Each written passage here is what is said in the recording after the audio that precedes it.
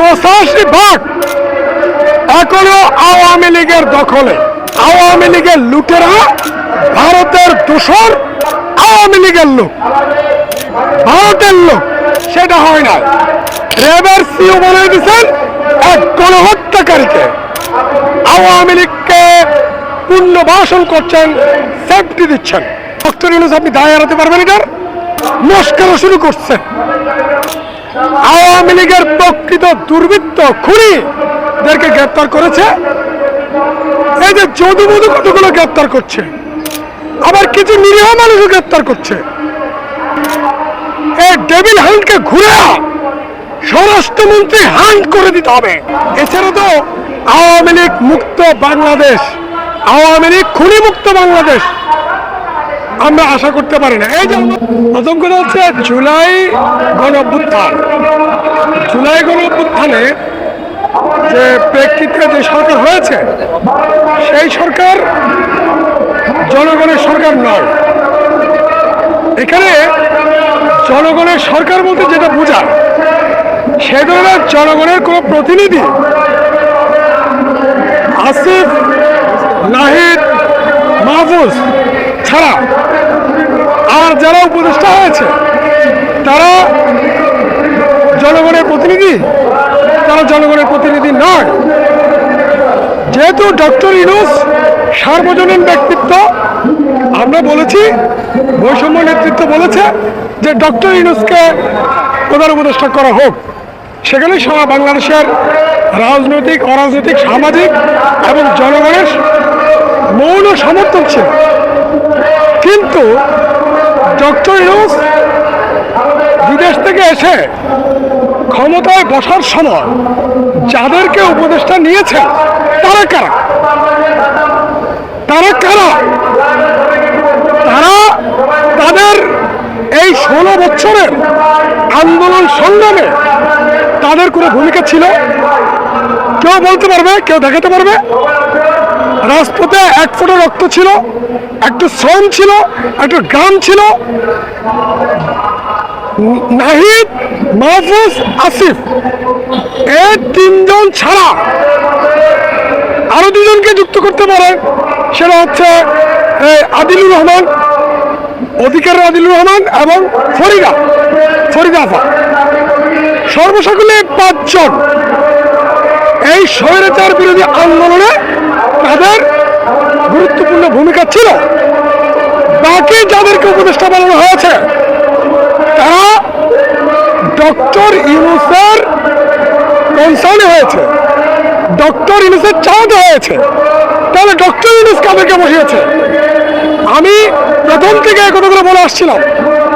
আলী ইমাম মজুমদারের মতো একটা ফট ভারতের অনুচর, আসিফ নজরুলের মতো একটা ভারতীয় অনুচর দেরকে দিয়ে ফয়জুল কবির খানের মতো একটা সাচ্চা আওয়ামী লীগের দালাল, আওয়ামী লীগের লুটেরা, ভারতের দোসরকে আপনি অ্যাডভাইজার বানিয়ে দিলেন। ফলে কি হলো?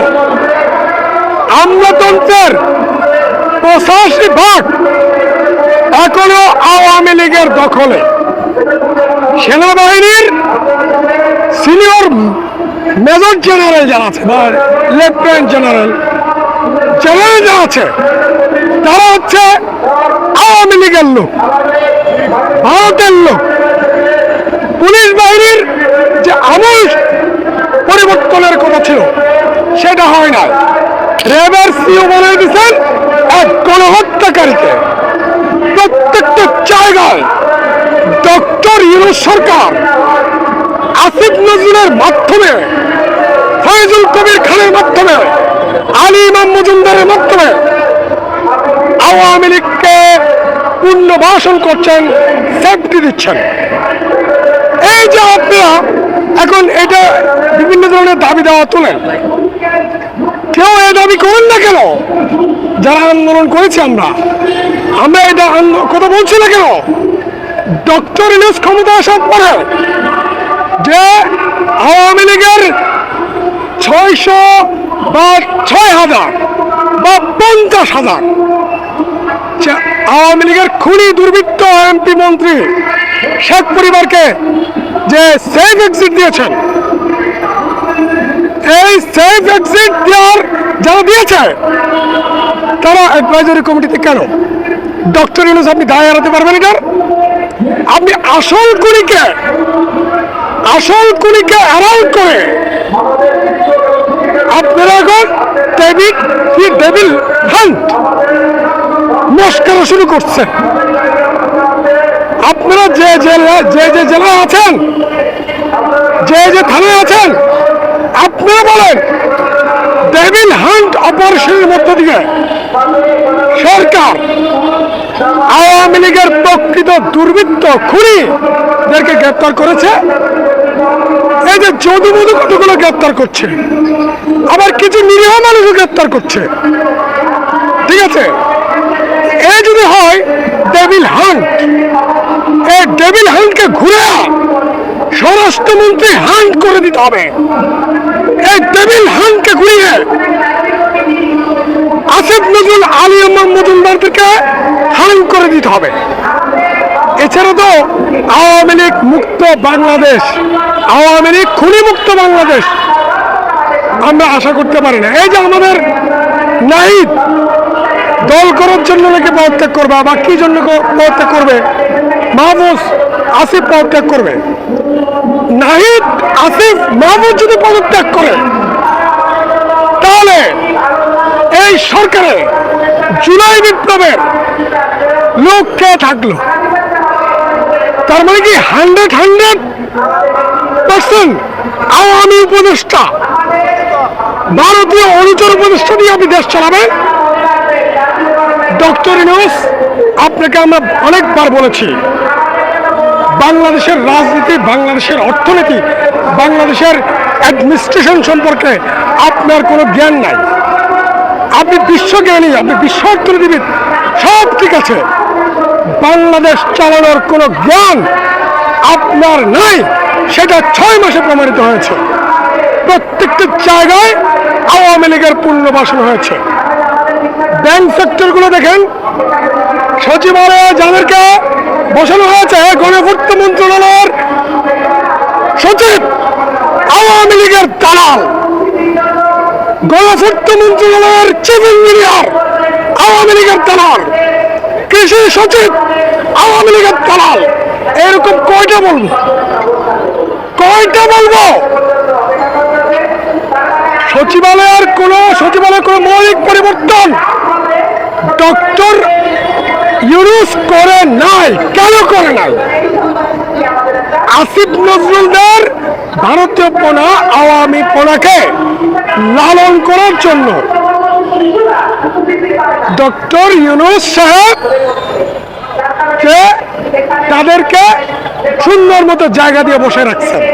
এখন নাহিদ আসিফ মাহফুজ সরকার থেকে চলে যাবে, সরকার তাহলে কে চালাবে?